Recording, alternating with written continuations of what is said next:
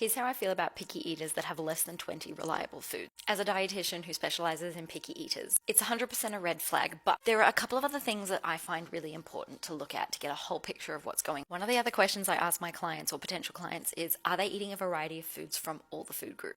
You probably see where I'm going with it. But if the answer is no, well, that's another red flag in addition to the less than 20 foods. I'm going to talk about how you can count up those 20 foods in just a second. First, I want to tell you the reason it's so important. If a child is eating less than 20 foods, and in combination not eating a variety of foods from all the food groups, there's no way they're getting all the nutrients that they need. One of the pillars of the dietary guidelines is eating a variety of food. So if your child is only eating 2 or 3 fruits out of every fruit that exists, that's not a variety. So how do you count the foods? This is a little bit nuanced, and I'm sure other dietitians do it differently, but this is how I like to do it. Grab yourself a piece of paper and a pen and write down all the reliable foods that your child eats.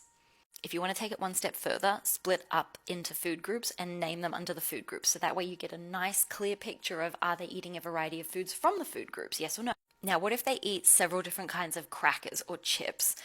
What happens then? This is where it gets a little bit hairy. Because things like chips and cake and lollies and candies don't fall into a food group, I would suggest putting them in their own separate category. And if your child is eating a variety of different flavors and textures from like candies and cake and stuff, okay, that's really good for someone like me to know when we start working together. It's a great jumping off point for me to help your child start getting more adventurous with other food. I had a client whose child wouldn't eat potatoes, but they would eat potato chips from like McDonald's. Does that count?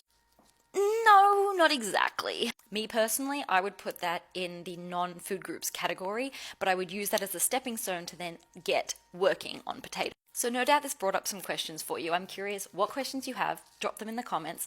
And I am taking a small number of private clients for the rest of this year. So if you're interested, you can book a free discovery call with me by going to the link in my bio and tapping book a call, like work with me. Or you can also send me a private message